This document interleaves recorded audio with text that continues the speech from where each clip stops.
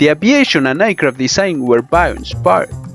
It means the attempts in designing and manufacturing a machine able to fly were grounded on the observation and study of animals that own such characteristics. Da Vinci, one of the pioneers, being an example of such mankind target, provides us from a study and many designs of it. Was approximately 300 years later that Wright brothers achieved the goal, namely, the dream of flight. Was then where aerodynamicists, aviators, and aeronautical engineers endeavors focuses on different approaches to improve the aircraft flight. The principal approach to achieve the objective was centered on mimic the animals. Nevertheless, they would realize too soon that such ambition would be impossible to accomplish. The absence of suitable materials, tools and equipment to perform the demanded tasks, and the lack of understanding and knowledge of related topics like aerodynamics, control and stability, structures, materials, among many others, made of this desire an impossible assignment. Soon, scientists and engineers opted for fixed and more rigid structures. However, the original idea of a flying machine was not discovered at all, or at least was not discarded by all. Private research centers, educational institutions, and government continued developing complex structures or variable geometry. The FTF-111 was an example of their advances, since its wings swept in flight. The wing swept was not the only variable geometry, but the Airfoil variable camber as well. The growing interest in the use of such technologies on the aviation field have been fueled by the innovation in related areas, for example, electronics, structures, materials, sensors, etc. Nowadays, the so-called morphing technologies are related to the shape changing, the modification of a specific object. It is done for its adaptation to the environment. In the aeronautical field, those are used for the controlled geometry deformation of an aircraft or for any of its elements, being the wings and control surfaces the principal targets. Morphing is a branch of the so-called smart structures, and its principal implementation has been carried out to improve aerodynamic characteristics. The aircraft elements could be adapted at each phase of flight, inclusively in off-design conditions. All this without penalizing any other aspect of the aircraft itself. The adaptive device must carry the required loads while it is being shaped. In the current video, a research project related to morphing technology concept is described. Within, a problematic is introduced, a solution approach defined, and the complete procedures are separately explained. Hello, my name is Victor Rubio, and I'm a student of the UPMH Aerospace Engineering Master Program.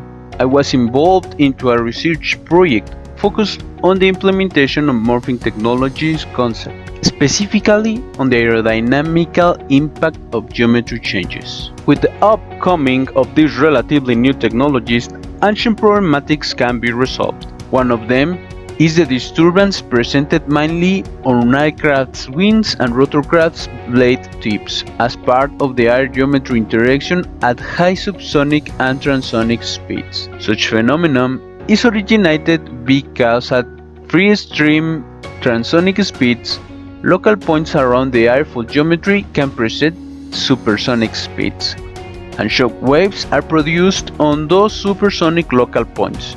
This causes several negative effects on blade tips, such as lift reduction and exponential rise of drag.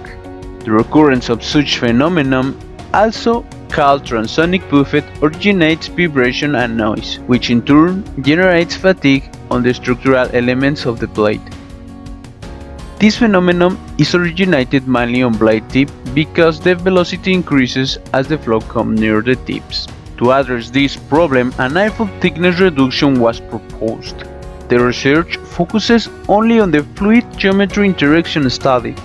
The project consists on the development of a morphing blade tip model, its manufacture for testing, its simulation, and its experimental evaluation through wind tunnel testing. The proposed modifications were performed on the OA209 airfoil and were achieved by manipulating the upper surface, reducing thus its thickness. The project is subdivided in the three following main steps. The airfoil geometry acquisition through dedicated digitalization software, including the geometry modification, the manufacture of the models, and the numerical and experimental analysis.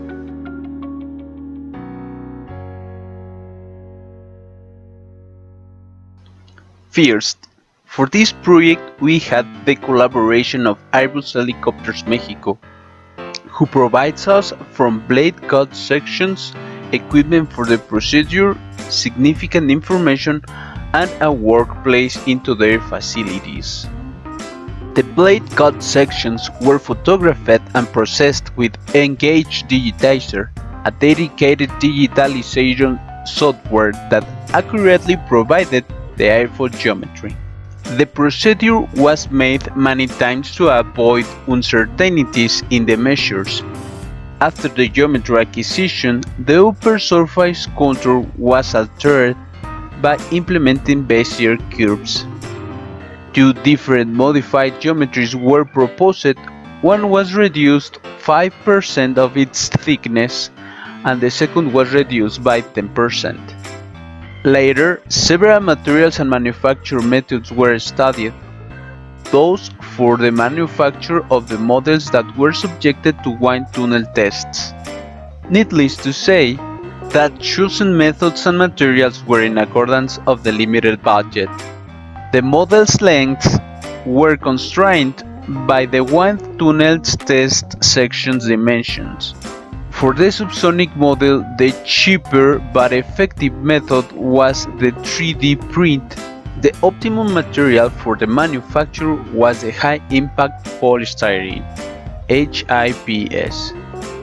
Of cause of the 3D print maximum height, the subsonic model was conformed by two pieces attached with silicone, fact that could introduce measurement errors in the experimental tests. For the transonic model, the cheaper but suitable method was a lost-wash casting procedure, since among casting protocols, it is the most accurate. The metal used for the models was brass, and the pieces were polished. Finally, the subsonic model was numerically simulated and subjected to tests, and the transonic model was only simulated. The experimental test will be done later. The simulations were performed with COMSOL multiphysics and Xfoil for the subsonic flows, and the TS-foil code for the transonic regimes. For the COMSOL simulations, an O-type structured mesh was selected, as well as an unstructured mesh. The Xfoil code uses a paneling method. The numerical analyses are validated by the experimental data. After this preliminary analysis, the results are not promising at all.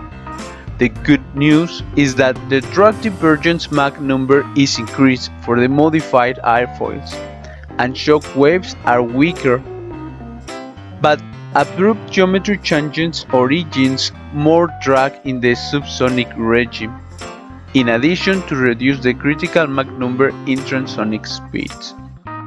Summarizing, further analyses are required, considering smoother geometry changes and most precise manufacture methods to avoid uncertainties introduced by the manufacture defects.